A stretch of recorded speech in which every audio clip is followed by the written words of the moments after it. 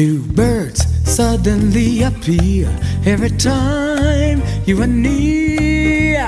Just like me, they long to be close to you. Well, folks, this is Dr. Willie Jolley and my beautiful bride, It's Dee. Dee Taylor Jolley. And we are welcoming you because we're going to tell you tonight about the labor, the lessons, the love that we've gathered in 40 years of marriage, which we will celebrate on this Saturday upcoming, June the 28th, which is actually our wedding anniversary 40 years ago. I was able to get you to say yes. Took a lot of work, but I got it done. And that's what I try and do. Hello to everybody joining us from wherever you're joining us from around the world. People are joining in, and we're grateful. Coach Michelle Hollowell is here. Nikki J 75, Queen Condra is here. So many people are you joining. You should stop calling people's names because you're going to leave somebody out. Well, Reginald Rogers, Realtor, my man, Soul Power 19. So folks are joining in. Thank you. And if you're watching on the replay, we love you too. And all the people who come up to us and say, I watch you every Monday night. Or on the replay. Or on the replay. Because we get asked, I missed it, I was late, and I just go to YouTube, right? Go to YouTube, to the Jolley Marriage YouTube channel. So you're not missing anything. Just go. And Gladys is here. Gladys Pemberton, we were with her today, and her husband had a pre-birthday celebration. It was such a wonderful. It was wonderful. So let's get into this. Caring and intellectual. Yes, that's exactly right. So as a guest, yes. We had a great time, though. We want to thank Janice Jefferson for her invitation, her kindness, and my friend Roach Brown and his wife Martine. Roach is a well-known radio personality. So let's get going. Oh, wow. And James Brown from CBS Sports, my buddy. Such a kind-hearted, very successful yet humble person. Very humble. Like JB is very humble. Yeah. So let's talk about the lessons, the labor first, then the lessons. Why labor? Well, labor. What does labor mean? Define, please. Oh no, that's your turn. Well, labor is work. The work, the effort, the struggle. Mm-hmm. That's what I want people to understand. So there's three pieces, right? So we're saying the three pieces, organized 3 pieces. Okay. Yeah. I'm much more specific, so you can spend like 7 minutes on each one. Okay, let's talk about labor, lessons, and then the love. So labor is the effort. The effort, the work, the struggle, the difficulty. Sometimes it's hard work. Labor usually is difficult. Mm-hmm. Okay, labor is usually difficult. Mm-hmm. Babies are born in labor, and it's a difficult time for the mother. Mm. But when the baby arrives, the mother forgets the pain because of the prize. Isn't that good? Oh, that was good, honey. I like that. Yeah, you forget the pain because of the prize. Uh-huh.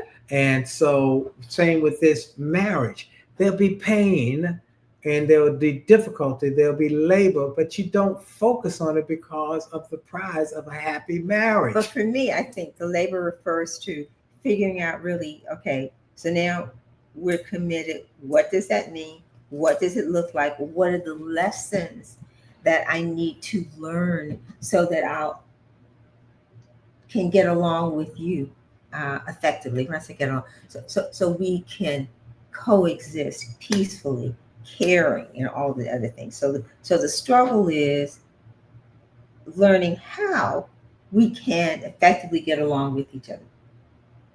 Oh, I disagree. Because see, we get along well. We don't argue. We haven't had an argument in 38 years. So that's part of the chemistry. Good relationships are building chemistry. So then the labor is, the effort that in the tough times. In the tough times, that's what I'm saying. In the tough times. So I'm just saying labor in this case refers to the effort that it takes, because it does take effort. You're not by yourself. Yeah. But you made it sound like we got to work hard to get along with each other. We don't have to work hard. It flows like like water. We just get along with each other. We don't argue. We don't fuss and fight. It's just good. Now, it took some labor to get to that. That's what I'm talking about. And here's the labor. We often say that marriage is work. A successful marriage takes work.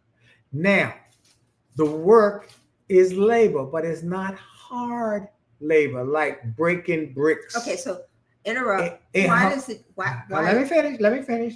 The labor, the hard work is on your heart, on you being willing to say, I'm sorry, being willing to apologize, being willing to not always have your way. That takes hard work. Okay, specific. All right. What was the hardest season of marriage for you? Going through the death of Mama, Noble, and your father in 30 days. That was the hardest part, because we could have said, I want to focus on my grief. Okay. So my mama dies April the 11th, 2003. My brother, myself, and my brother Les Brown eulogize her. Your parents, your father. Mm-hmm. My mom was already. She was already, but your gone. Dad, I think he came to the funeral, or he might have been ill. No, because Daddy was already in. He was in the hospital. Okay, but hospital. Yeah, he was in the hospital. Mm-hmm, mm-hmm. So, but anyway, my mom dies,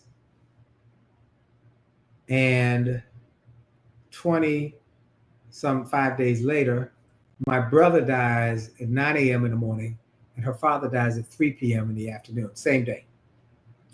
So I could have, or Dee could have said, my dad's sick. I'm not going to focus on you and your family with y'all's issue. I got to focus on mine. But she didn't say that. And when her father died, we had to, our biggest problem was scheduling the funerals so that we could make sure everybody got ample coverage, and that I would eulogize all three. It was hard. I think first, for me, I would say differently, but in reference to the loss of our three loved ones, I would say that it was difficult. It was like the wind was knocked out of me. Your brother dies, and having to come to the hospital because you were too drained and upset to drive yourself home. That was one thing. Right. And then just mentally trying to deal with that. And then 6 o'clock in the afternoon, getting the call that my dad had died. Right. And then same day. It was a Tuesday, because I was like lost. Right. We didn't know what to do. So we went to church. We went to church. We went to prayer service that night. That's right. Just to mentally calm. And it was so hard I could hardly raise my hands. It was so overwhelming. But thanks be to God, we got through it together. And that was that labor. Now we can I counsel a lot of people who are going through loss of loved ones and say, I've been there. Now you say that was the hardest season. That was the hardest season for me. For you. For me. You asked one of mine. Yeah. Oh, yeah. And for me, the hardest season would be, to me, when I think of it, is the blending of the family and having to deal with our oldest child when you were on travel, and the conflict of working on the parenting relationship when the kids and I were not on the same page. Yes. When our oldest daughter and I were not on the same page, to put it mildly. Yep. And I had to follow through with what you wanted, because we were then in a custody battle, weren't yes, we were in and custody. You were on travel, and I had to go to court and give the reasoning as to why we needed to be the primary parents to care for our oldest daughter.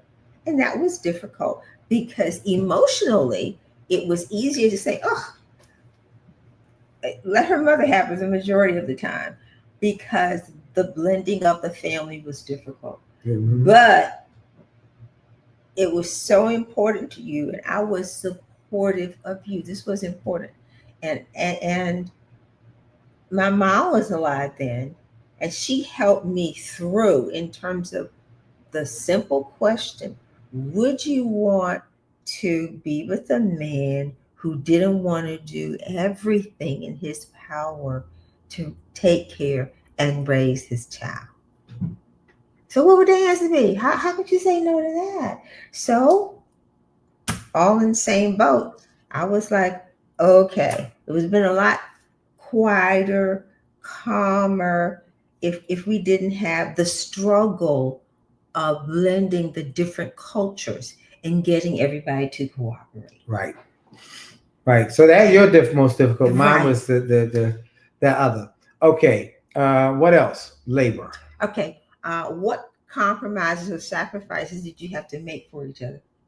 Oh my God. There's been a lot of compromises I've had to make. Like, Oh, wait, compromises as a result of me? oui, mademoiselle. Like what? I had to compromise my being sloppy. I liked it. Yeah, first of all, that's so irrational. I like being sloppy. I like, when I go in a hotel room, when I go, I throw the stuff all over the bed. I feel comfortable, and I had to compromise there. I had to say, okay. I think that is, I get it. Because I grew up in a house where we didn't have to clean up behind myself. I didn't have to make up my bed when I got out of it. All of that. Now I make up my bed every day. Okay, right. I see that. All right. And so that sloppiness is a part of your culture, how you grew up. Mm-hmm. Completely the opposite from how I grew up, because I was the person who maintained the household from 9 years old until I went away to college at 18. So everything had a place. I had a routine from 9 years old of coming home with the key around my neck and organizing and doing homework and getting dinner started, because mom and dad worked 2-3 jobs. Dad in the ship job, mom doing hair. We had a grocery store. All of those things were going on. So for me, the compromise, the hard part was, first, I had to realize that your brain was different. So I liked you, loved you, liked you first, loved you. But I really had to step back and analyze, why is this driving me crazy that you're so sloppy, right? Correct. Why is it bothering me? So before I could come to you and say, this is horrible. Well, not bad, it's horrible. Horrible. That the bed is not made. And I compromise. I make up the bed every day, and I put my clothes away. But I think when I understood, I had to figure out how your brain worked. When I realized, okay, lovely mom, stuff everywhere, just easy going to get along with and all of that. But your brain doesn't work the same way. And and I will tell you, this is off another angle, when I go to yoga class and I put my stuff in the locker, I notice that there are many people who, you have the lockers, 2 rows, top and bottom, and there are many people who don't close the doors to the locker. So I realized that's something to do with me. And I think about you, because sometimes you don't close the door to the washing machine. I'm like, and so I have adjusted myself. He doesn't see it. Why would you need to close the door to the wash machine? To the washer and dryer in a closet. I'm like, I know. You mean the one in the closet? Yeah. Oh. But I know you have clothes there, right? You wash, you dry. But I'm like, doesn't it make sense just to close the door? But your brain doesn't work that way. So I'm not upset. I just close the door. So when I'm go to yoga, and I know some of the people, you've gotten your clothes out and you've left the locker open. Somebody could hit their head. This is how I think. Oh, right. So So instead of I just close all the lockers because that's how I. That's am. called OCD. No, it's not. Yeah, it is. You could hit your head on. Well, but I don't see it say. Okay, so that's compromising. Okay, that's a compromise. What other compromises have we made? I've made or you made? Cooking. Yeah. Okay. So I cooked when the kids were growing up. Yeah. And all of that. Yeah. And then you try to shame me by because when the boy went off to college, the youngest went off to college, the kitchen shut down. Lord have mercy. We used to have meals every day, and then just first of all, that was the period when people actually cooked because we didn't go out to a restaurant. First of all, we couldn't afford to go to a restaurant. Well, we didn't go out to a restaurant a lot. We had the routine of, so you come home and you have dinner together. Yes. So I fixed dinner. When I came home, when I was working outside of the home, the last one was Capitol Hill. Yes. So I would come home and cook. And that was out of necessity. You cook, you sit, you talk together. And cooking was cheaper. And I think it still is. But that was a necessity. Yes. All right. So that was that was a labor of love. That was a labor of love. Because you know what cooking does? It messes up your fingernail. Here we go. Here we go. Show your fingernail. Let everybody see. Oh, put your fingers out. Come on. They see fingernails. Every night it's a different color. Every day, my wife's nails are different color. She sits up every night and a new design every day. And then first of all, it's something that's therapeutic. Okay. It's also why I work out. It's the mental discipline. But the little things different. It's just how it makes me feel. Okay, right? I got no problem with that. But when we're talking about how do we compromise, that was a labor of love. The cooking. Okay. So now what do? I make sure there's salad.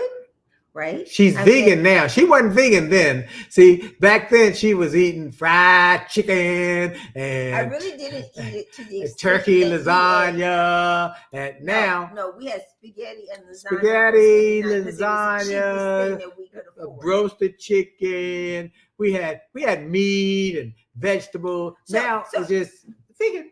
So it was a compromise. But I still get some meat. I do things. Okay. So I reorganize and I make sure there's salad, that you have vegetables, and then we can throw a meat or a seafood in there. But that was. And by meat, I mean chicken or fish. But that was an example of turkey or fish. What I call a sacrifice. Okay. All right. What did you learn? What did you learn about effort and endurance? Effort. That it takes effort. Here's what I learned, but I knew this going in because I said when we got married that the only way out of this was death. Divorce was not an option. And I knew going in, even though I'd never been married before, and she had, I'd never been married, I knew that from friends who talked about the pain of divorce, the difficulty of divorce, even if you wanted to get a divorce, it's still painful. And if you didn't want to get a divorce, it was even more painful, which was what your situation. You didn't plan to get a divorce, and it was very painful. So I knew that divorce, as far as I was concerned in this marriage, was not an option. You could get out of it if you died. Other than that, and that was going to take work. We weren't always going to be able to have my way. Again. Okay, so then agreements. That takes us to the next thing. Yeah. How do we navigate disagreements and challenges? Well, we got our system in parenting versus finance. Well, I think everything was down to our system. What's the problem? Look, be friendly, be frank about your feelings, be focused on a win. Be friendly, be frank about your feelings, be fair, and be focused on a win-win. So even with challenges with how we raise the children differently. We would talk about it. We wouldn't holler. We wouldn't scream. We'd talk. And you'd say, here's how I'm feeling. And I would have to listen and be mindful and then be fair and say, well, let me tell you my perspective. And we'd find some win-win in all of this. So we know we just made up our mind that this is how we're going to work through it. I So, think folks, mutual mutual respect. I think that mutual respect is everything. It supersedes love when I think when it comes to disagreements. Right. Because how we explain what is important to each of us in a particular situation is the result of the fact that we respect each other. So we listen to each other, and that's crucial. And crucial. It's crucial to be able to talk to each other and not always be right. That's the other thing. Not always be right.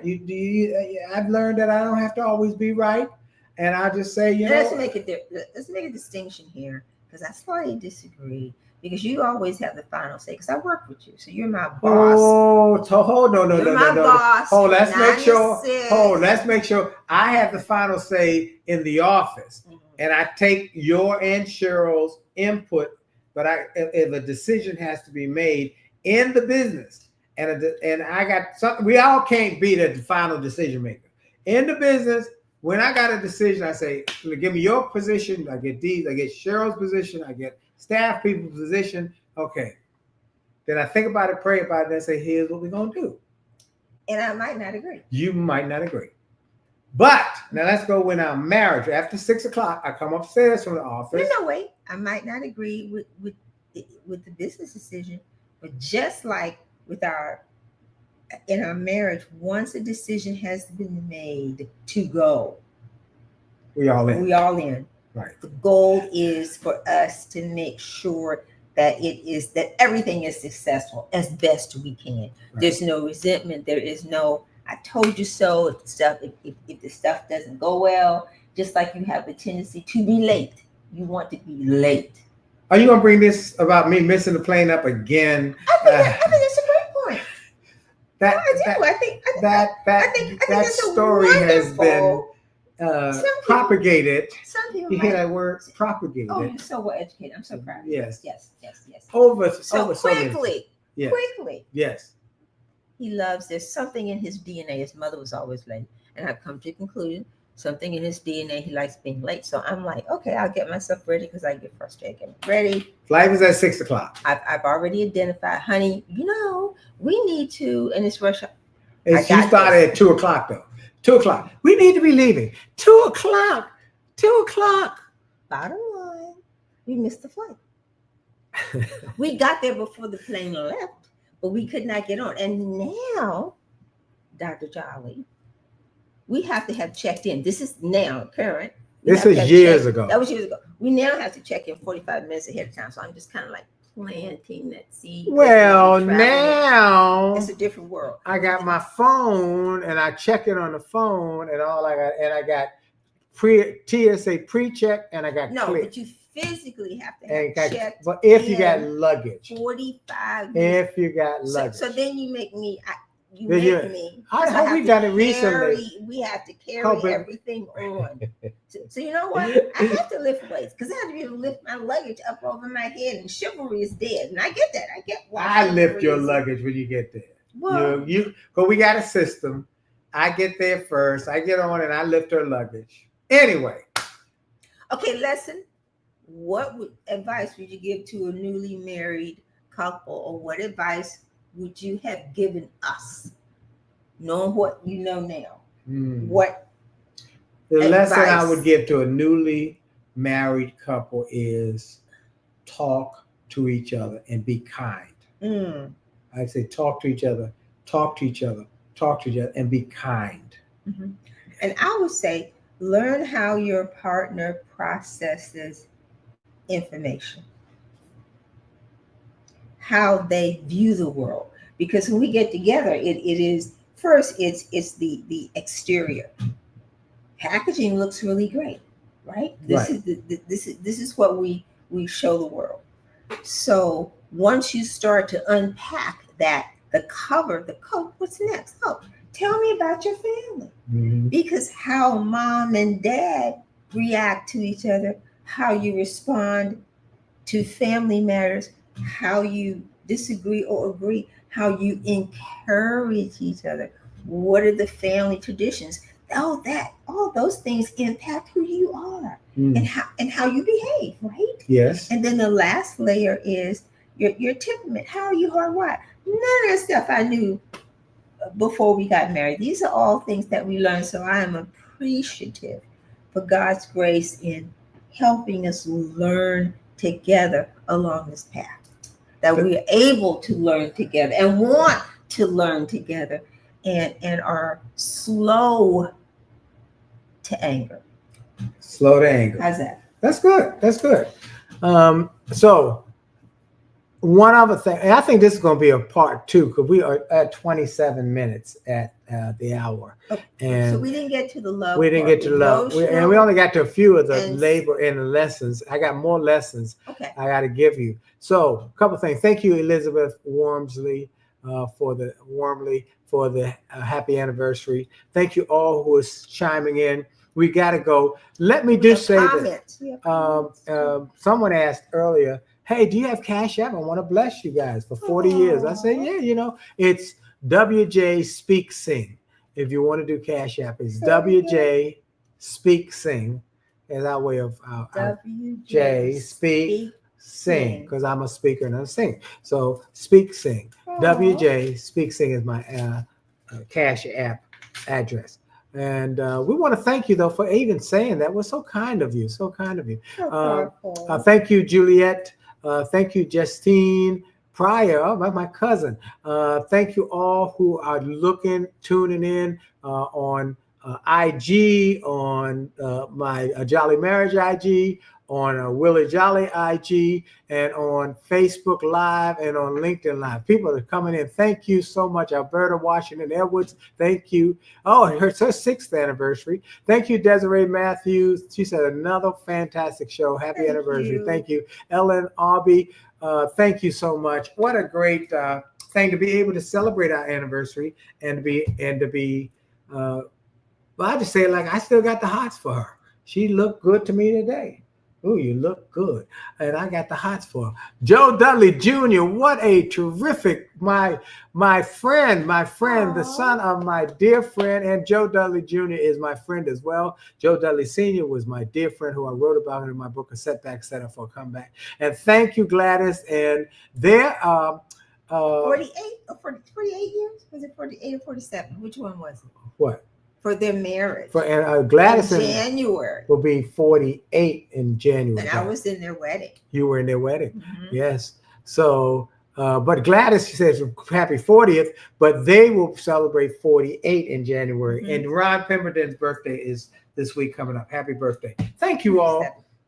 What is that? The 27th. 20, no, it's the 26th. Oh. Yeah, 26. I think Ron's the 26th. Am I right, Gladys?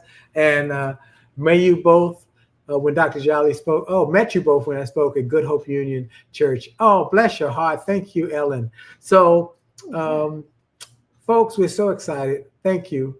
Thank y'all for everything. God bless you. And we are looking forward to our anniversary, our families coming in, and we're going to have a great festivity with our family and close friends, celebrating 40 years.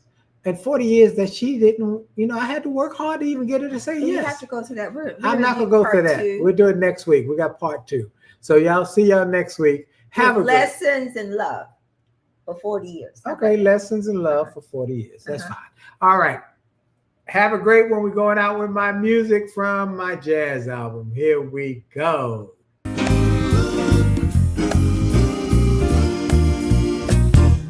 Why do birds suddenly appear every time you are near?